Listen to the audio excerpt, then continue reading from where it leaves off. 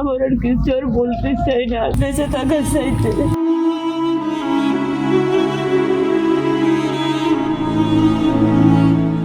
সন্তানের মুখে দুমুঠো খাবার আর মাথার উপর নিরাপদ ছাদ, একজন মায়ের কাছে এটি হয়তো সবচেয়ে বড় চাওয়া। কিন্তু দারিদ্র্যের নির্মম বাস্তবতায় বেঁচে থাকার লড়াইয়ে একজন মাকে ঠিক কতটা গভীর অসহায়ত্বের মুখোমুখি হতে হয়। অভাবের তাড়নায় নিজের মাথার চুল বিক্রি করতে বাধ্য হওয়া বাগেরহাটের রেহানা খাতুনের জীবন সংগ্রাম যেন সেই নির্মম বাস্তবতারই এক করুণ প্রতিচ্ছবি।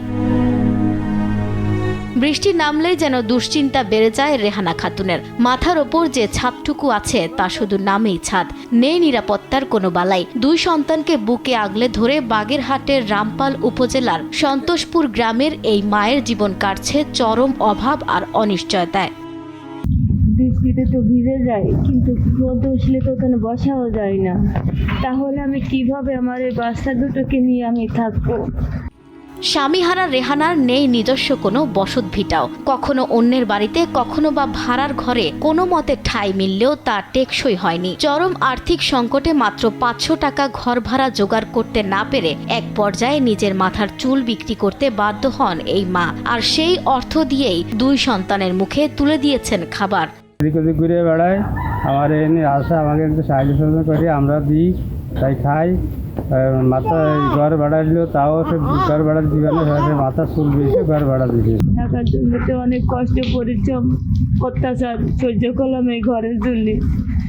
সেই ঘরের যদি এত কষ্ট তো খেয়ে না খেয়ে বসেই তো আছি সেই ঘরে। তো আপনারা যদি কিছু পারেন আমাকে এটুকু একটু অনুরোধ।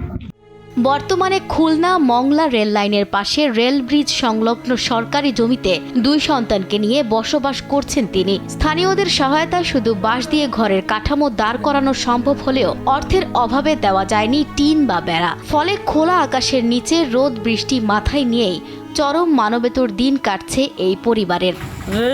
রেনা থেকে বেড়ায়, কিন্তু থাকার কোনো জায়গা নেই। এর বারান্দায় ওর বারান্দায় বসবাস করে। আমার 2-3টে মায়ে, একটা ছেলে, ঘর দুয়ার ভেঙে ছুটে গেছে।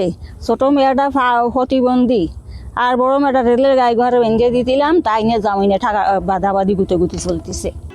এদিকে অসহায় এই মায়ের দুর্দশার কথা শুনে সহায়তার হাত বাড়িয়ে দিয়েছে উপজেলা প্রশাসন। রামপাল উপজেলা নির্বাহী কর্মকর্তা তামান্না ফেরদৌস জানিয়েছেন, রেহানা বেগমের জন্য 1 মাসের প্রয়োজনীয় শুকনো খাবারের ব্যবস্থা করা হচ্ছে। পাশাপাশি তার স্থায়ী বসবাসের জন্য একটি নিরাপদ ঘরের ব্যবস্থাও করা হচ্ছে।